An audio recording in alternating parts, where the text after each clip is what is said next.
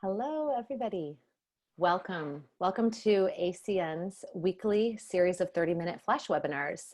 We started this series to keep consultants as well as nonprofits informed and connected during this time. We kicked off our series last week. We talked a little bit about remote work, and today we are excited to have an ACN member, Sherry Quam Taylor of Quam Taylor LLC. Sherry teaches nonprofit leaders how to pivot from small dollar donations to securing larger investment level donations so they can finally fund their missions. And she's also founder of the 90-day Let's Grow Fundraising Accelerator. And today she's going to be telling us about what nonprofits should focus on now to prepare for a better funding future. We're really excited to have Sherry here with us today. She's going to talk for about 20 minutes. We'll have everybody on mute during that time, so feel free to put your questions in the chat and we'll keep an eye on them. And take it away, Sherry. Awesome. Thanks everybody for having me, and thanks for such a great turnout on this today. I'm going to go ahead and share my screen. Let's share. Hopefully that worked okay. Give me a thumbs up, Lydia, if that did. Good. Okay, can I do this, guys? Can I do a little bit of teaching and really go deep? I'm going to talk fast. So that we can make sure that your questions are answered. And I really want to talk about a very pinpointed topic today as we're all pivoting and shifting and really trying to figure out what these months look like for us. So I'm going to dive right in. So today, I gotta close one screen so I can actually see my, here we go. So today, there is tons of content right now and resources available, and aren't we thankful for that? My goodness, even the ones that ACN is providing have been fantastic. But I specifically want to talk about what you can do right now so that when we do come out of this, we are in a stronger position. And so if you're following any of my social media feeds or anything, like I'm talking about like misconceptions about the industry that really COVID-19 has proved, in my opinion, we should be done with, which we should really throw out the window. So here's the truth. For your top level individual donors, and that's really what I focus on. I talk a lot about your top 30 individual donors. You're going to hear me talk about that today. If I'm honest with you, the approach and a lot of the things that I'm going to share with you today would have been that same advice that I probably would have given you 6 months ago if you would have hopped on my calendar and we would have talked. And so I want to set some baseline here and really have us just really understand where I'm coming from in that really a pinpointed area that I'm speaking about today, which is really your top 30 gifts that you've got to be securing every year to be fully funded. And so join me for one moment of taking off this coronavirus lens, and doesn't that probably feel good just for a minute? And kind of track with me, and then we're going to put it back on and put what I'm talking about through that lens, okay? So here's our baseline. Growing your nonprofit's funding is hard work, right?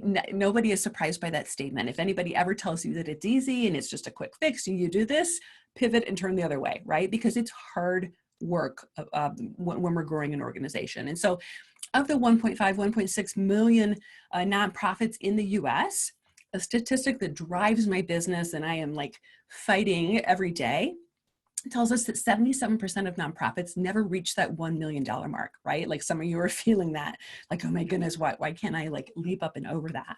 And furthermore, 91% never reach that $5 million mark. And so that, I say that statistic drives me because I know those of you who are under that threshold, I know the amazing work you're doing.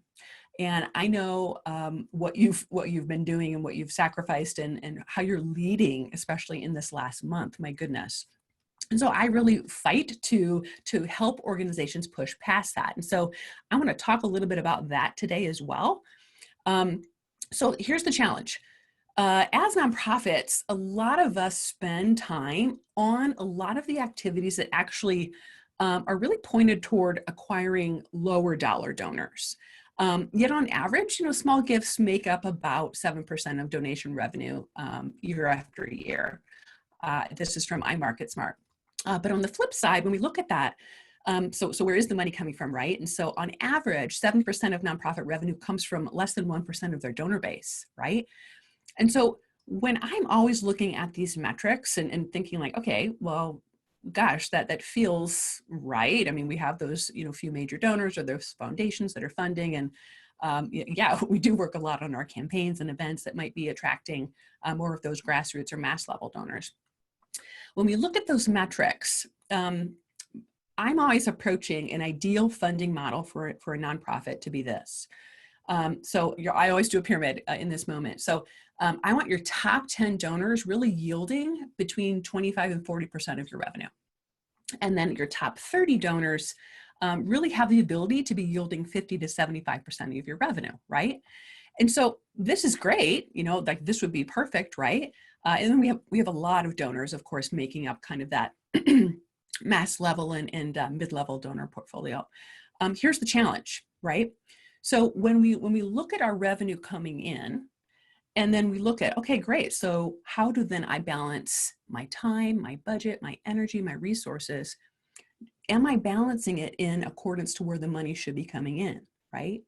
And so if we always have to ask ourselves, if most of the revenue should really be coming in, ideally from those top 30 donors, we have to really make sure and say like, but am I allocating enough time to the top level donors, right? And so I find that a lot of times organizations get stuck in that either under $1 million or under 5 million because it's more of a time allocation, right? And that's okay. You can get past that. So what I want you to hear me say today, small regular donations are awesome, right? Like I'm so excited for this Giving Tuesday Now and the great appeals and campaigns I'm seeing come out right now. Some of the upcoming speakers that are going to be talking about that. Amazing. Don't hear me say not to do that. But I also want you to hear right now, if we focus the majority of our energy there, you're going to leave money on the table. And this would be true, pre-COVID and during COVID and post-COVID, right?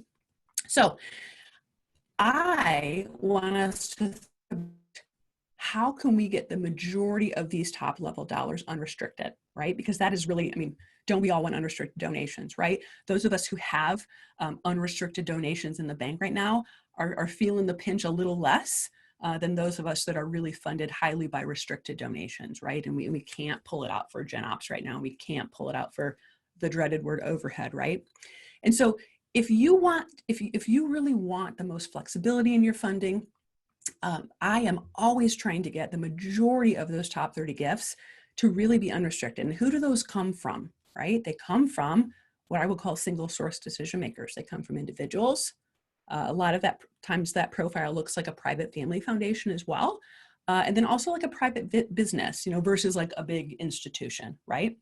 The challenge really comes when, but it's like, okay, that sounds great, Sherry, but how do I do that? How do I actually pivot into those types of gifts? And so the challenge comes when, hey, you're leading a nonprofit and, you are an absolute expert at your mission. I'm humbled and admire you every day because of it, but you've perhaps never been taught how to do mid or major level gift cultivation work, right? And how would I sit down and ask somebody for $25,000 an individual? Oftentimes, there's no step-by-step plan on how to move up into those gifts. And so it's like, then we're just, a little bit on the spin cycle because we're wearing too many hats, right? Oftentimes it's because the organization wasn't really raising to the right number in the first place. This is a huge issue. I could talk a whole nother webinar about this. And then therefore, because this is a bit of a new concept or really some unknowns, I would say, a lot of times people don't know actually how to ask or what does it look like for me to have that investment level conversation with an individual donor. So what do I have in my hand? How do I ask? All of those nervous things that then keep us from actually doing it. And last but not least, also the board, who are probably, leaders in the community and entrepreneurs and great business leaders, they themselves also have never had to oftentimes ask someone for money. So there's a level of like, we have to really demystify that for them too. And at the end of the day, that really keeps the fundraiser, sadly, I hear it all the time, feeling a bit lonely, right? Then it's like, I'm the one who has to, it all rolls down to me, right? I'm the one who has to pick it up and do it. And so oftentimes we are choosing to participate in activities that feel familiar to us. And I'm going to go really fast through this slide. Sherry, can I interrupt you Yeah. for 1 Yes, please second? do. Please do. Okay, good. Thank you. We have 2 questions about the top Thank 30. you for helping me with the chat. Yes, yes, definitely. I wanted to make sure we get to it now. 2 questions about the top 30 gifts. Do they include the top 10 or is it in addition? Yeah. So yeah, on that slide, I had our top 10 and then I have our top 30. I was including that. So I always am planning that your top 30 gifts are really yielding between 50 and 75% of your revenue. Right. And so so in essence, that 75 plus the 25 at the bottom is generally where I try to point the compass when I'm starting. So thank you for clarifying that. I appreciate that. Okay.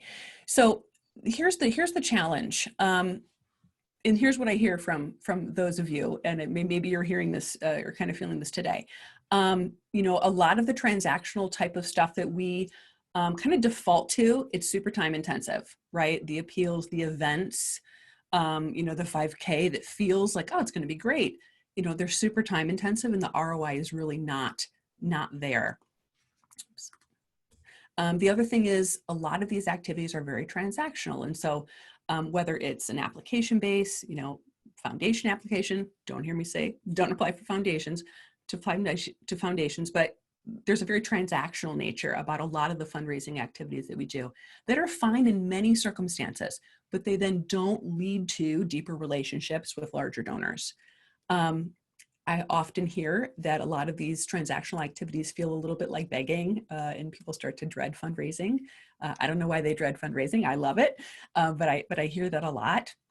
And then I would say that the biggest challenge when we're not balancing our time and energy to really reflect that pyramid is that it's hard to be fully funded, right? It's hard to have enough money for your programs, your admin, and your fundraising if we are not soliciting larger gifts that are unrestricted that we can use in times like that.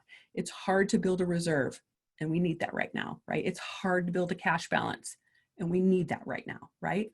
So I want you to hear that, if we aren't investing equally on the left side of the pyramid, that time and money and energy into securing larger gifts, your funding model really does leave you vulnerable to a plateau, right? At least on that pie chart I showed you, that kind of like help me get up and over that $1 million mark is what I hear a lot. And so it leaves you, vulnerable to a funding plateau. It also leaves you landlocked when a growth opportunity comes across your plate. That amazing staff member who'd be great running your programs approaches you, but like, we don't have the money. And it also leaves you very vulnerable in times of crisis. And a lot of us are feeling that right now, right?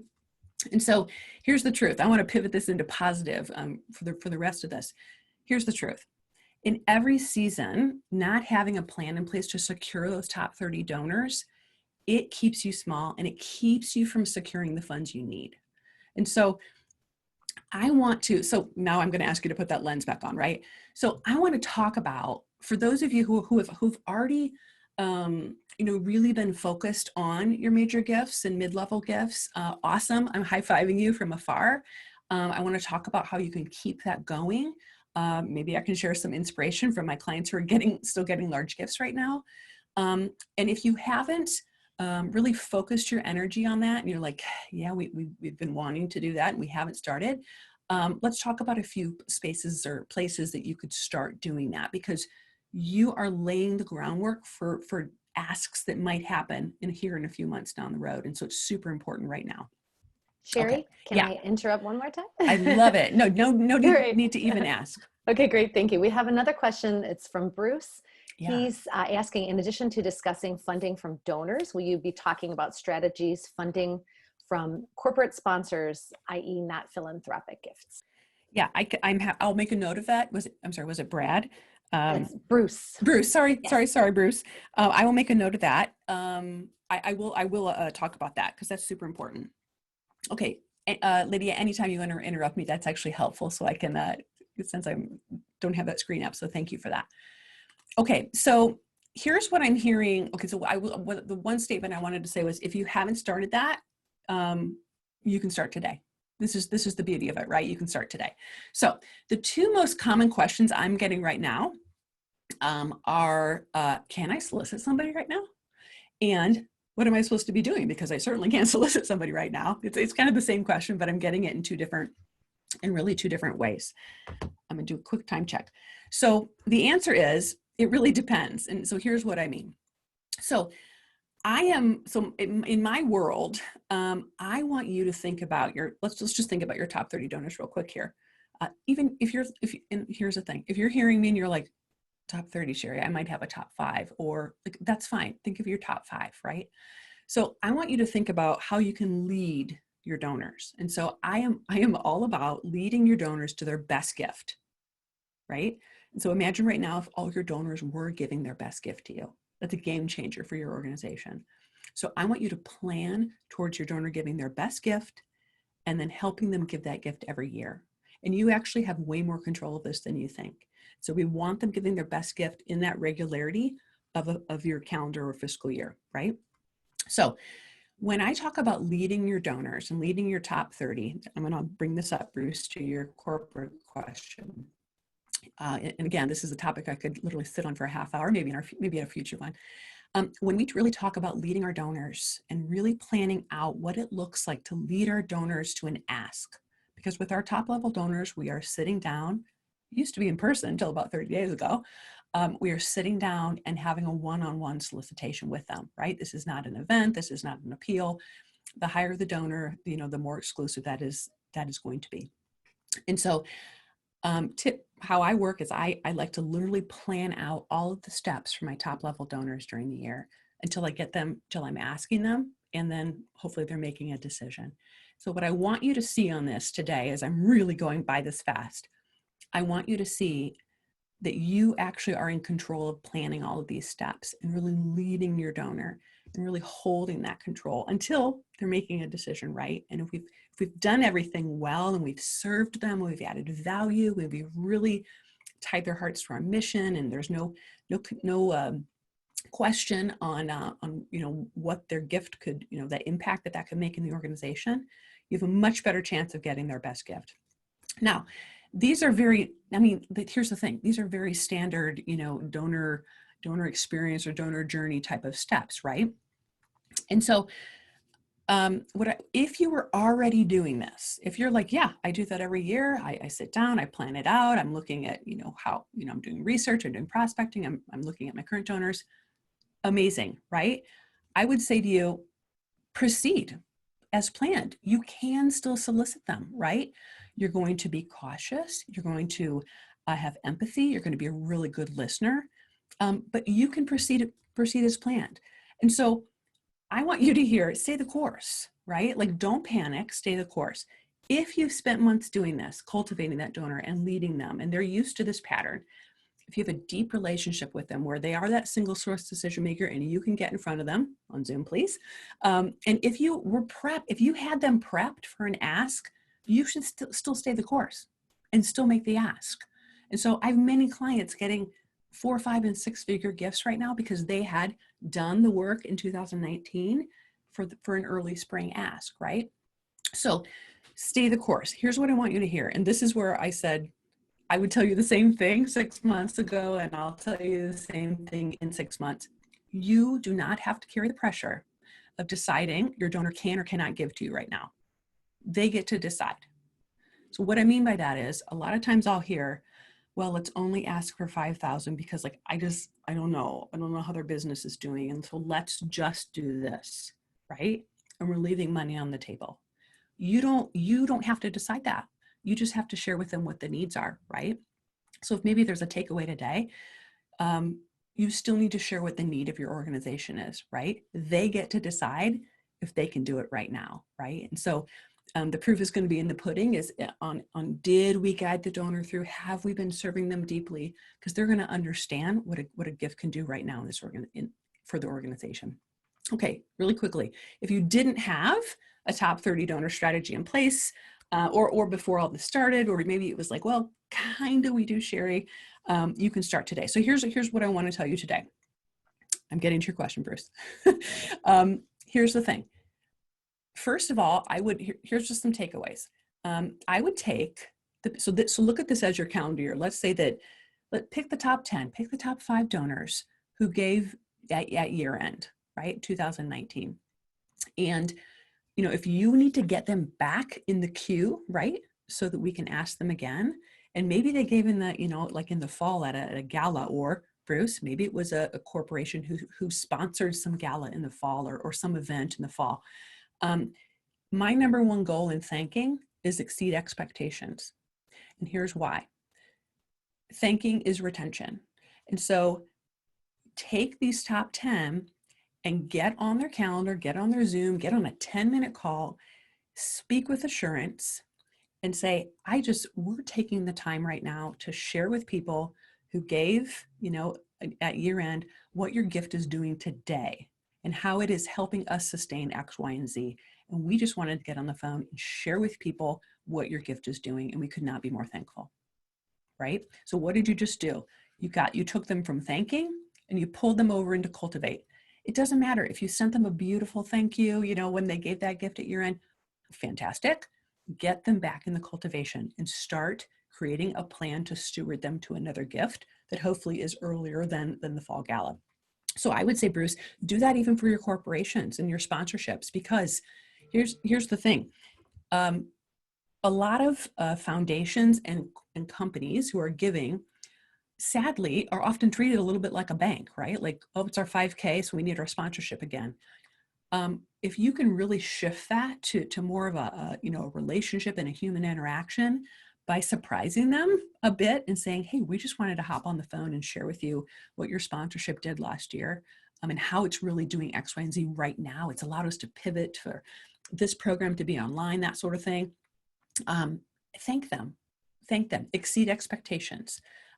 Because when the other 32 organizations that gave to them are not doing that and are not taking the time to share impact, your name is certainly going to go to the top of the pile. Second thing I would do is, take the top 10 donors who maybe gave in the last 3 months, or maybe I'd phrase this like in Q1 of this year. You've already got them in the cultivation window, right?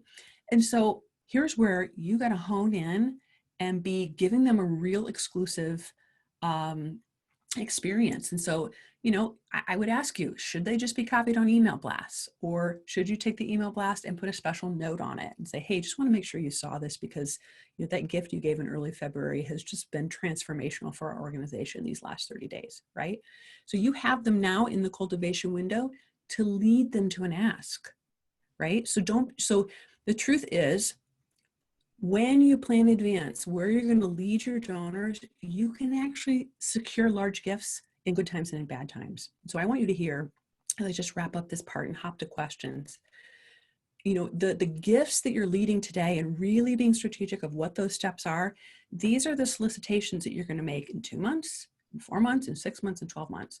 And so when we think of, and hear me say, I know it's stressful right now, but hear me say that the work you're doing right now and the seeds you're planting right now are asks that you can be positioning now, so that right when we come out of this, you're stronger. You haven't gone quiet, you haven't gone invisible to your donors, right?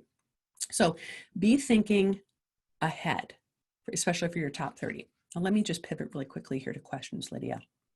I just have one more slide here that I'd like to talk through, but if there's anything pressing, we can cover it. I think we are good. I think the questions that came in, we can save for the end. Okay, thank you so much. Okay, one last thing, and I'm watching the clock here too. So I want just a couple concepts I want to plant in your head. This slide is always helpful for people. And some things it's like, well, yeah, that makes sense, but let's talk about it. So if we're thinking of where am I prioritizing my time, right? And so this is now and then for the future. Of course, we want diverse funding, and I'm talking breadth of gift size, where it's coming from. I think right now, organizations who do have a very diverse portfolio, are feeling the pinch a little less. It's still, acknowledging there's a pinch for everybody. We want the majority of the giving to be unrestricted, of course.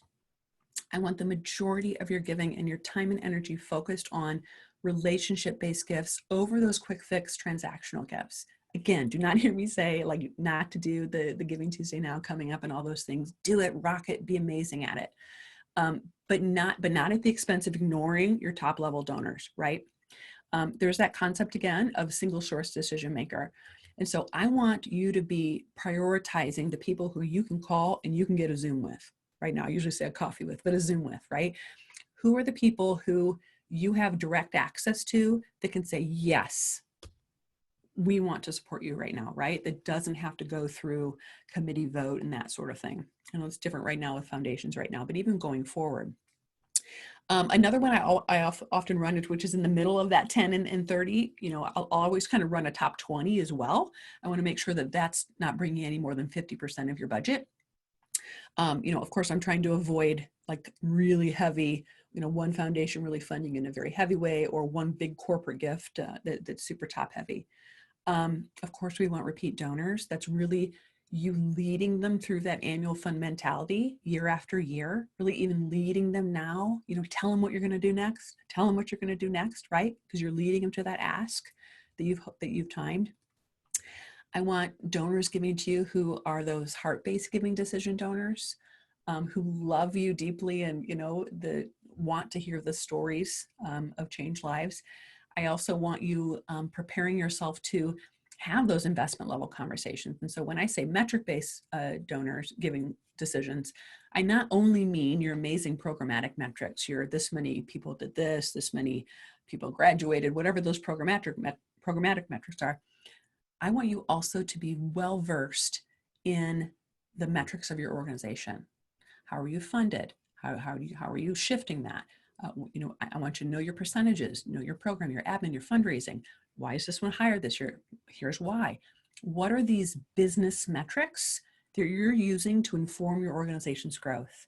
And that is super important because you have to put this hat on. You have to put on that investment level hat. So if you're going to go sit down with Sue, who is running a wonderful business, in Chicagoland, who, is rocking it and is an entrepreneur and knows her numbers and knows how she's growing her business and has probably also sat in investment level conversation to get money. I want you to have that same conversation with her. She's going to value that. And when you can have that business to business person conversation about how you're growing and what a gift for them looks like in helping you grow and accomplish X, Y, and Z, it's a game changer. It's a game changer. So, questions. I'll take a breath. I think I'm okay on timing, not perfect, but I did tell Lydia if anybody does feel like they want to ask a private question, or sometimes I have people who don't want to ask something, you can feel free to email me and ask me that directly, but I'll try to get to as many here as well. Okay, Lydia, do you have a special place you want me to start, or I can see some of the questions? Yes. First of all, thank you, Sherry. Oh my gosh, I was furiously typing up notes. I was talking fast. That was my fastest. Was wonderful. We're going to have a great recap for the members and nonprofits that couldn't attend. So this was wonderful information. Thank you. There are a couple of questions in the Q&A. So if you have your Q&A open, we can start with Matthew. Okay, great. Thank you, Matthew Lucas. What do you advise when your CEO lead executive has years of experience doing it all by themselves and they don't have experience or desire to change? Well, that's a hard one. I would say, I think, I guess the question I would ask that person is, do they want to grow? It's part of me, oftentimes I have people coming to me because they're like, we want to grow and we want to be at X, and not just numbers, right? But we want to serve people on our waiting list. We want to open a third facility, whatever that is.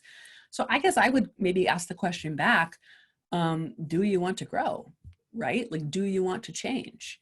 And then I will go to the metrics, right? And so oftentimes, the first thing I always look at is, let's look at how you're funded, right? How risky is it? Where are you leaving money on the table? A lot of times that's motivating to somebody. But I hear you, that's a tough position to be in, Matthew, when it sounds like you're really wanting to grow and help the organization grow, but maybe getting some pushback from the top. So, I would really want to hear where they want to take the organization, because typically the leader who's I need to go from here to here and I need it, I need it yesterday. wants to invest in themselves to learn, a new skill or a new way of doing it. And so it might be some fear, or, if you can believe it or not. A lot of people who come to me don't love fundraising or dread it, or kind of the process of individual giving needs to be demystified. So I would kind of maybe dig in that area a little bit. And then Mary, interested in messaging in this time of the pandemic, which is good. I'm glad Lydia's on with us on messaging here. Whether arts, cultural, social justice, social service, environmental organizations, we need to think about how our missions are relevant in this time. You know what? That's a great question, Mary. It was interesting, like really early on, when things were just starting to get canceled. I guess it was probably still in March. I had a client of mine reach out who I'd been working with in 2019, tripled her events revenue last year, had just told me in early February, like, I feel a little awkward because we have so much money in the bank because she's starting another facility. Like, she's kind of rocking it, right? It was interesting to me when she, like 2 weeks went by and she has sent me this email and she said, hey, we're kind of thinking of sending this out. What do you think? And it was very like doomsday, woe is me, and like give to us or we're going to go down. And I had to kind of stop her a second. I said, hold on a second, Sandy. You just told me 2 weeks ago you felt weird you had so much money in the bank, right? And so I'm telling you this to get to a point of, I said, hey, right now, you are able to speak from like a position of assurance. Like the gift you made last year is propelling us forward, has us solid in this time, right?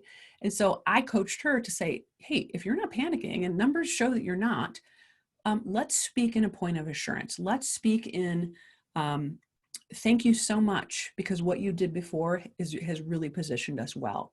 And so the other point though, that I asked her was, because they were starting to have people reach out to them who had been affected by COVID. And I said, be careful. And Lydia, I'd love to have your insight on this. See if I gave good advice. I said, be careful about not just saying, oh, give it to us because it's COVID-19 time and we're worried. But I said, if you're going to talk about that someone, one of your constituents has come to you in a time of need, I said, I want to know exactly how that is impacting, right, your organization. And so they're probably on the periphery, of this issue. They're not, in a medical mission or anything like that. But I said, be careful that it doesn't look like you're trying to take advantage of the situation, because it's not a direct connect. And so that was my advice to her. Lydia, do you have anything else to share just on, I know you're a content person, really on how it is impacting arts and culture and those types of organizations that maybe, not considered to be on the front line, but are super valuable in our communities. Oh, sorry, you're on mute. There we go. I was just typing in into the chat box that I thought that was perfect. That was really spot on. I think right now the ask needs to be, very clear and specific. Yeah. Like you said, not just like, oh, give to us because, it's a tough time, but like we need to provide diapers, to our community. We need to make sure we can keep programming up for people who are depending on it. So it needs to be so clear and specific. So that advice is great.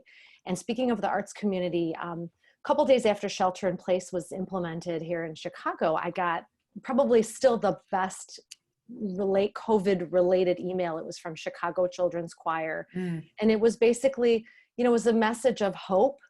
And, we're in this together. And they linked to a video of the kids in the choir singing a song. So great. It was so uplifting. And I thought, this is how you do it. I even shared it on my Facebook page. Like, this is how you do messaging right now. You're not doom and gloom. You're not give us money or we're going to have to close up shop, but just, hey, we understand what's going on and we're there for you and we want to support you and try to keep the mood positive. Yeah. I'm hoping that kind of answered, Timmy, your question of kind of that balance. And it's so hard right now of, how do we say your donation in the past is keeping us afloat? So thank you so much. But like, we don't want them to think like we're in need and like we're going down, right? And so that's a hard line right now. Like, I hear you. I'm hoping some of this advice maybe helped through that. Stephanie's asking, I've talked about a lot of existing donors. Yes. What about those who are new to your organization? What cultivating is? Okay. Great question. Um, here's I would go back to the stay the course on your new donors. And here's the thing. Sometimes, or I guess my advice is saying, let's pretend someone came onto your radar maybe in January, right? And so you've met them, and you were going to have coffee, and then it just didn't work. I would still just invite them. I would say, hey, you know what? I'm doing like 15-minute kind of coffees in the morning. You got to bring your own coffee. But I'd love to just share with you just how the organization is doing in this time. I would even tell the person, it's I'm not asking you for money, not asking you for a thing, but we are really making sure we're taking the time to share um, just what our constituents are dealing with, or share a success we've had. And so how could you do like 15 minutes on Wednesday, right? Lead that donor. How's Wednesday, right? So I would say keep it easy for them. I always say, like, start with a 15-minute. Hey, if you have a great conversation and click and it goes an hour, it goes an hour and you have coffee. But create the opportunity just to say, hey, can we just touch bases? So 100% keep cultivating, make it easy for the person, listen to them. How you doing? Like, yeah, I'm hearing that too. Yeah, I feel that. Be human about it, right? If ever there's a time we can be human with, our kids interrupting and the cat, jumping on our desk and calls, it's now. And so, be human about it, and just try to do some relationship building during this time. I love that question, Stephanie. Okay, Marie's warning me. She's giving me a deep question, but I'm gonna jump into it here, Marie. I know this is a deep question, but high level, how do you see relationship building as different than sales? I'm working to advise a client, and the client thinks fundraising and sales are the same thing. Yeah. So okay,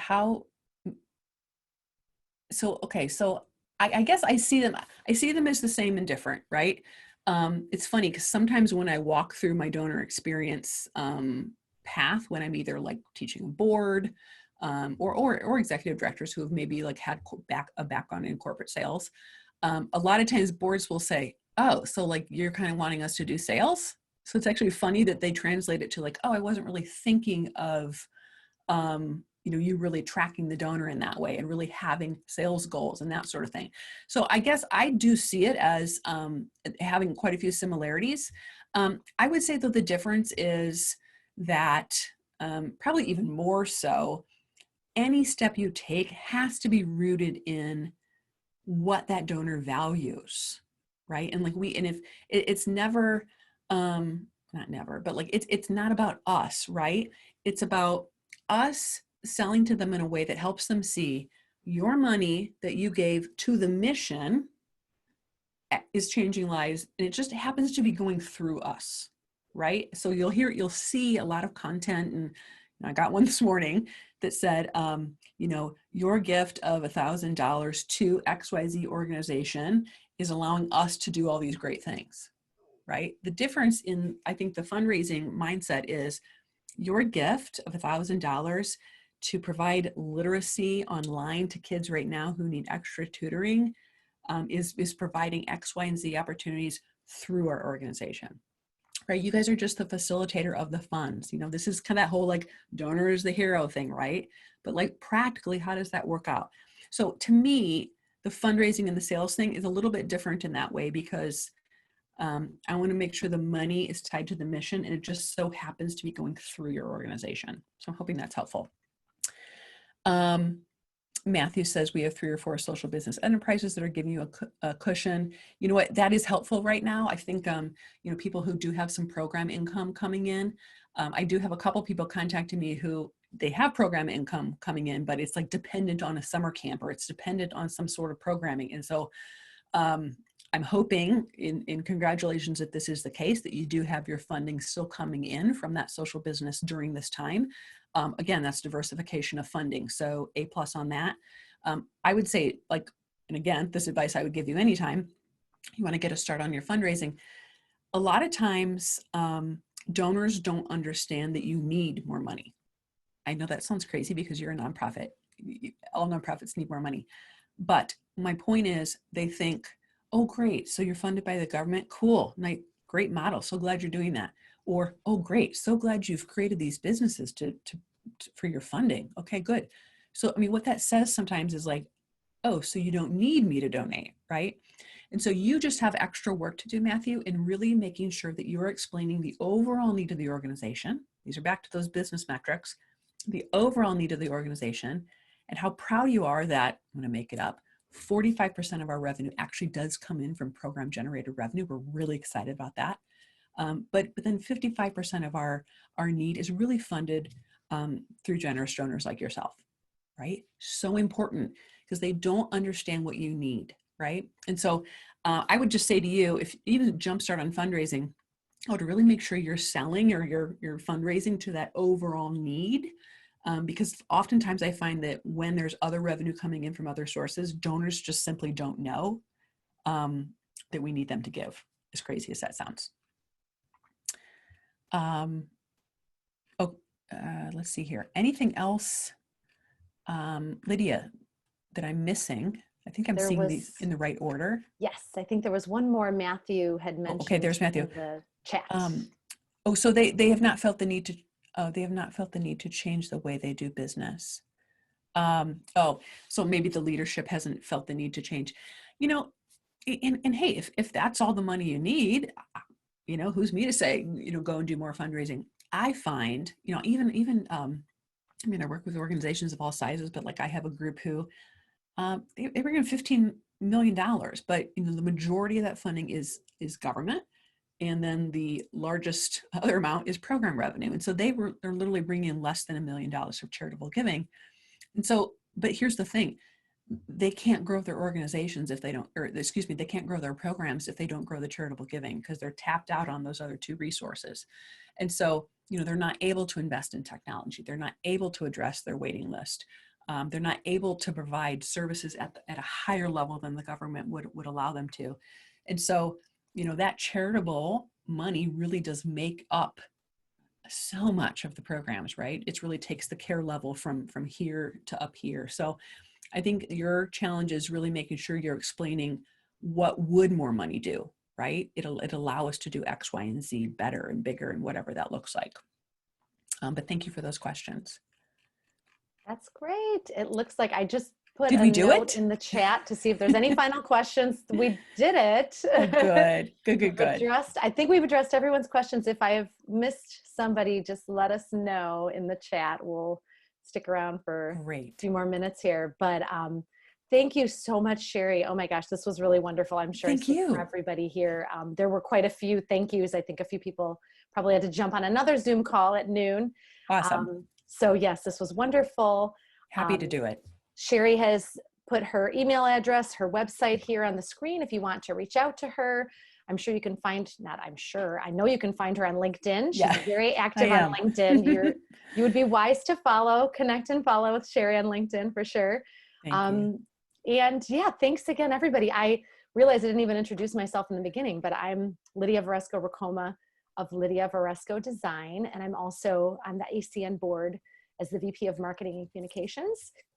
So my committee has been kind of pulling together these webinars along with Randy Ford on the programming committee. I know he's also on this call. So we've been kind of putting these things together. We really appreciate everybody attending, being active, interactive, adding your questions. If you have any feedback about the webinars or suggestions, let us know. We would like to keep hosting them as long as there is a need for it. And ideas for future webinars, let us know as well. And here on the screen right now, you can see our upcoming webinars and programs. Next week, we actually have a program that was supposed to be in person and will now be online. Week after that, we will resume with flash webinars. We have another flash webinar in the works, which we'll confirm with you in the next week or so. May 6th, we are still putting together the details of an event with Forefront, who is one of our partners. And then save the date for June 16th, which is our annual member meeting, which will also be online. And all of these you can register on our website. We also have added a COVID-19 resources page to our website, which has information relating to financial support, human resources, finances, remote work, all the different things that you might have challenges with right now. And to the nonprofits that are on our call, if you are looking for a consultant or a resource, please do check out our member directory, which you can find pretty much anyone who does anything. And yeah, follow along with ACN on Facebook, Twitter, LinkedIn. We are at ACN Consult, and we will be sharing more events and ways to keep everyone connected as we put them together. Thank you again, Sherry. Thanks, everybody. You bet. Thanks, guys. Have a great rest of your We'll day. see you next time. Bye. Bye-bye.